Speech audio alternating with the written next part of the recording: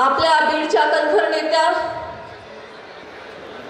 लढवय्या नेत्या आदरणीय पंकजाताईंच्या मार्गदर्शनाखाली काही दिवसांपूर्वीच आपण भारतीय जनता पार्टीमध्ये प्रवेश घेतला आणि 52 नगरसेवकाचे उमेदवार आणि नगराध्यक्षाच्या बीडच्या उमेदवार डॉक्टर ज्योतिताई घुमरे आपल्याला कमळाच्या चिन्हावर आज बीडमध्ये मैदानात आहेत.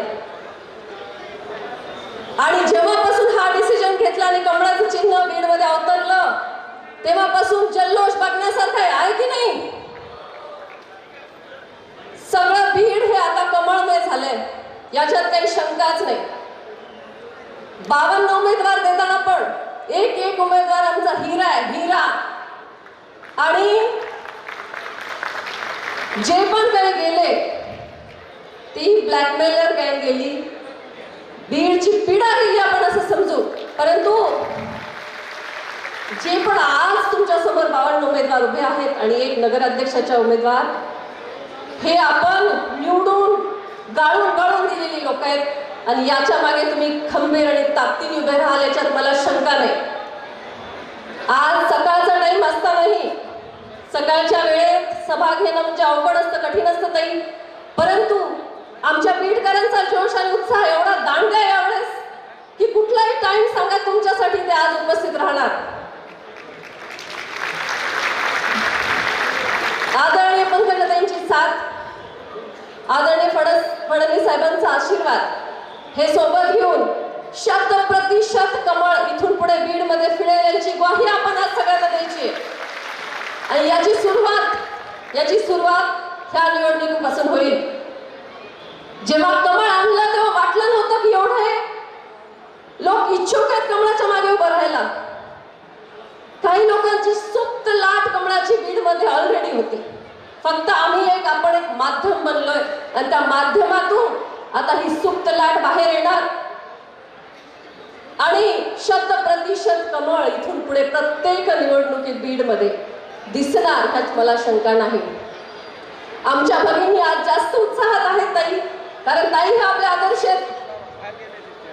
महिलांना ताईंचं नेतृत्व दिसतंय, ताईंचं काम दिसतंय, बीड शहरावरचं ताईंचं प्रेम दिसतंय.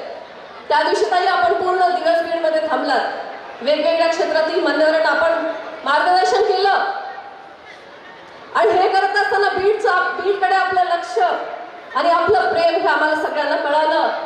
आमच्या माया बहिणींचे डोळे भरून आले होते, कारण डॉक्टर योगेश आणि आम्ही 7-8 वर्ष झाले मतदारसंघामध्ये फिरतोय, काम करतोय. मागच्या जे पक्षात आपण होतो त्या पक्षात आपल्यासोबत काय झालंय आपल्याला सांगण्याची गरज आहे का? निर्णय आपल्याला मान्य आहे की नाही?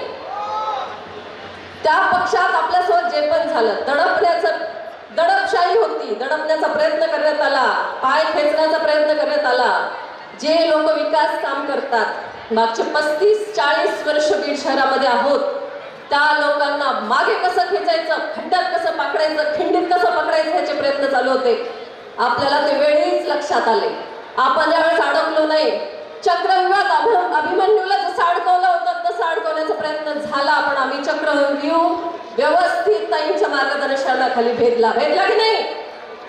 आणि जेव्हा आज आपण भारतीय जनता पार्टी पक्षात आहोत तेव्हा त्यांची विचारधारा, समाज कार्याची विचारधारा, विकासाची विचारधारा, सगळ्यांना सोबत घेऊन जाण्याची विचारधारा ही जपत सबका साथ सबका विकास हे ध्येय डोक्यासमोर ठेवून इथून पुढे बीडकरांना आम्ही विकासाच्या मार्गावर नेणार आणि जिथलं जे पार्सल आहे तिथे पोहोचवणार हे आज आपण निर्धार करू. आणि हे सदैव वचन आज आदरणीय ताई साहेबांना देऊ आणि आदरणीय फडणवीस साहेबांना देऊ, एवढंच मी मनोगत व्यक्त करते.